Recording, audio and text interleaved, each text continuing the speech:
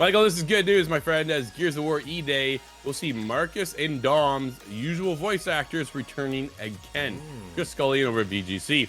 Xbox has confirmed that Gears of War E-Day, we'll see Marcus and Dom's usual voice actors returning once again. The official Gears of War account on X posted a photo of John DiMaggio and Carlos Ferro standing together, along with the announcement that they will reprise their roles. DiMaggio, who also plays Bender in Futurama, has played Marcus Phoenix in every major numbered Gears of War game, while Ferro has done the same with Dominic, which is good. Dom needs to be returned too, right? It needs to be the same. Gears of War E-Day, which is set 14 years before the events of the first game, has yet to receive a release window. Michael, exciting news though, right? Yeah, I mean, this is exactly what we want when you have games that have taken a little bit of a hiatus. It's been a while since we've been in the Gears of War franchise, right?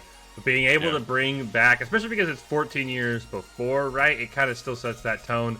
At least the major characters, hopefully, you know, if there is any other returning characters, they get their same voice actors, right? Because it just keeps you in that universe, right? It's one of those things where anytime you have a series and then the voice actor changes, you notice it, and you're like, wait, it feels weird, right? So at least the fact that Marcus and Dom are going to have their same voice actors, very excited. I'm curious for a release date though, right? With how little we know about this game, I wonder if we get it in 2025 or if it is going to be one of those where by the time you get around to it, you're already looking at late 2025. There's this big game called GTA 6. We've talked about it a bunch. Do you just say, look, let's just go like January, February 2026. Let's just avoid that GTA window.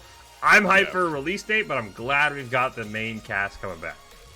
No, absolutely. It's so weird to have those main actors in there without the actual voice acting, right? Like they have to line up, right? Yep. We need to have Marcus be Marcus, because you know what happened in Metal Gear Solid 5? We lost Snake. We lost David Hayter, dude, and it was just not the same. It really didn't hit the same. As much as I do enjoy that game and currently playing it right now, I'm like, yo, you're just not David Hayter, right? Like, it's just, this is just weird. What are you doing? So to have them returning, huge pickup, which is nice to see that. Yeah, we'll come back for Marcus. We'll come back for Dom. It needs to be those voice actors, right? So we need to see John come back. We need to see Carlos return to make sure we have those actors in place. Otherwise, dude's just not Gears of War then, right? That's the biggest thing. It just puts off players. It doesn't line up where everybody kind of wants it to.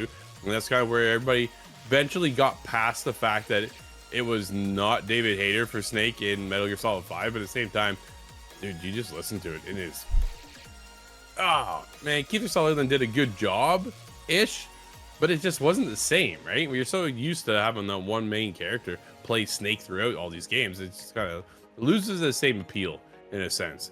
And then let's talk about the release date, because now I am curious, right? That's the other side of it too. When do we see more? Do we see more at the Game Awards this year for E-Day? I think we might actually see something come up there, but I don't think we get it this year. Obviously we're not going to get it this year. We're not going to get it next year either. So 2019 was Gears 5, right? Yep. So in that case, 2025, yeah, that kind of does make sense to line up for 2025, but it's also going to be a big year too, right? The Xbox already has a couple games lined up for next year. We're talking about Fable coming out next year, which is going to be one of the big tentpole games coming. So that's a big one to get finally come back around. We'll see what other titles do. I know they have other things cooking. They're going to have another Call of Duty game, right? Day and date. So that'll be out next year as well. Very curious to see 2026, Michael. I think you're onto something though. I think that might be the sweet spot because you are out of the GTA window and you're letting Fable shine, right? And I know they have other games too that they're cooking for next year. I thought there's something else.